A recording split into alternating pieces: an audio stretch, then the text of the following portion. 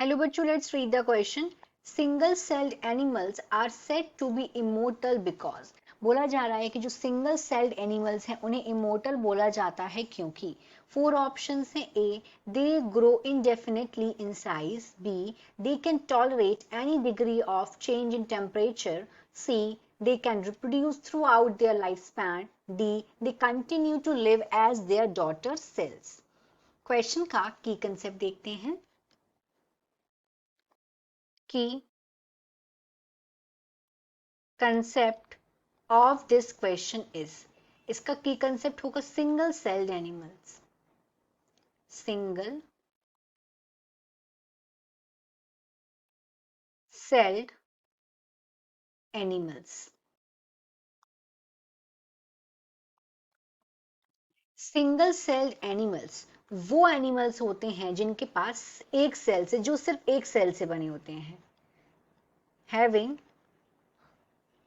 One cell, उनको बोलते हैं सिंगल सेल्ड एनिमल्स. अब हम एग्जाम्पल देखें अगर सिंगल सेल एनिमल का कोई, तो एक एग्जाम्पल हो गया अमीबा.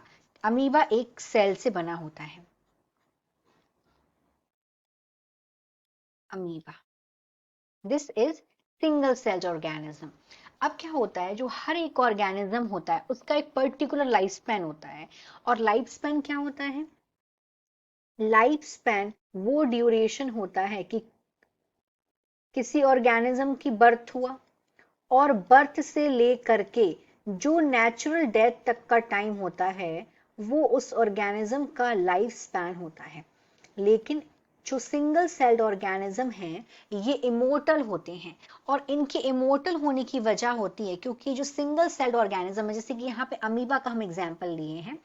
अमीबा क्या करता है, ये एक सिंगल सेल्ड ऑर्गेनिज्म है.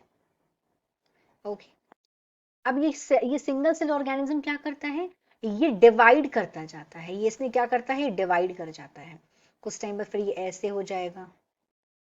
फिर ये इसका ये शेप नहीं होता, इसका कोई परफेक्ट शेप नहीं है इस ऑर्गेनिज्म का.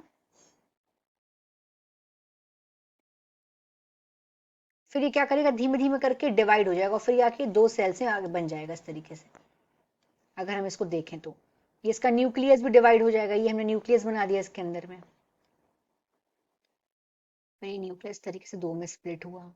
फिर ये ऐसे हुआ और फिर फाइनली ये सेल भी हो गई डिवाइड. तो इस तरीके से यहाँ पे सिंगल सेल्ड ऑर्गेनिज्म क्या है, ये डिवाइड होता जा रहा है. और ये डिवाइड होके जिंदा रहता है. ये क्या हुआ, ये तो पेरेंट हो गया, पेरेंट अमीबा हो गया. और ये हो गया, ये हो गए डॉटर सेल्स. ये जो दो लास्ट में बने हैं, एक ये बना है एक ये बना है, they both are daughter cells. Daughter cells हो गई. तो ये जो ऑर्गेनिज्म है, ये पेरेंट है, ये लगातार डिवाइड होता जाता है और इस तरीके से ये अपनी डॉटर सेल में जिंदा रहता है. तो हमारा यहाँ पे अगर हम आंसर देखेंगे कि हमारा यहाँ पे राइट आंसर क्या होगा, तो वहां पे हम एक एक करके पढ़ेंगे. They grow indefinitely in size, no.